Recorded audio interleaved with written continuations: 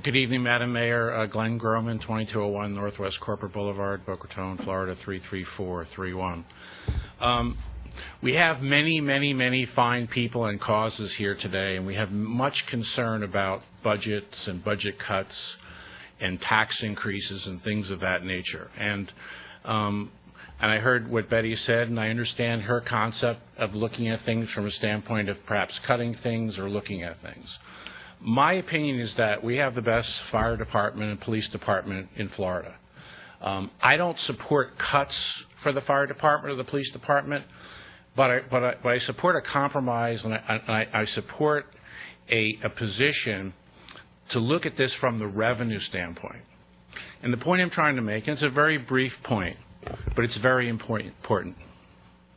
We have private businesses and developers and other entities that wish to invest billions, not hundreds of millions of dollars, billions of dollars in infrastructure and improvements and development in Boca Raton. The way to attack this problem is on the revenue side. If you generate revenue in the form of tax ratables, in the form of development, in the form of infrastructure improvements, you solve all these problems.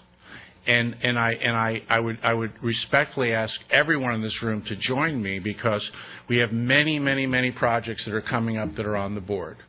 And I don't want projects obstructed from the standpoint of just to obstruct them. We have an opportunity here because we are Boca Raton. People want to come and they want to build things. They want to do things. They want to build beautiful buildings and housing developments. And we should support that, not attack that. So there's an alternative to cutting, and that is from the revenue side. And I would respectfully say that what we need to do is, again, I support the budget wholly and fully. I think it was a Herculean job to get this thing put together.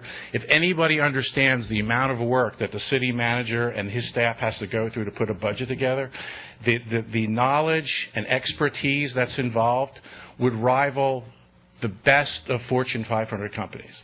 It's very difficult to do, to try and cobble these things together and make everyone happy. However, there is a solution, and that is to support smart growth, intelligent infrastructure changes in the city of Boca Raton, and that will cause us to have increased tax ratables, increased taxes.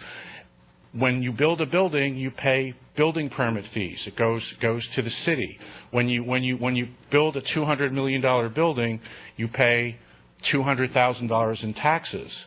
Let's have everyone have the opportunity to live in Boca Raton. Right now, if you don't know it, approximately 65,000 to 70,000 people a day commute to Boca Raton, and then they go home. It causes traffic. It causes congestion. Well, why not have those people live in the city and help pay taxes and support our local businesses? So I would respectfully look at that angle when we consider these various budgetary concerns. Thank you very much. Thank you very much. Glad you're here.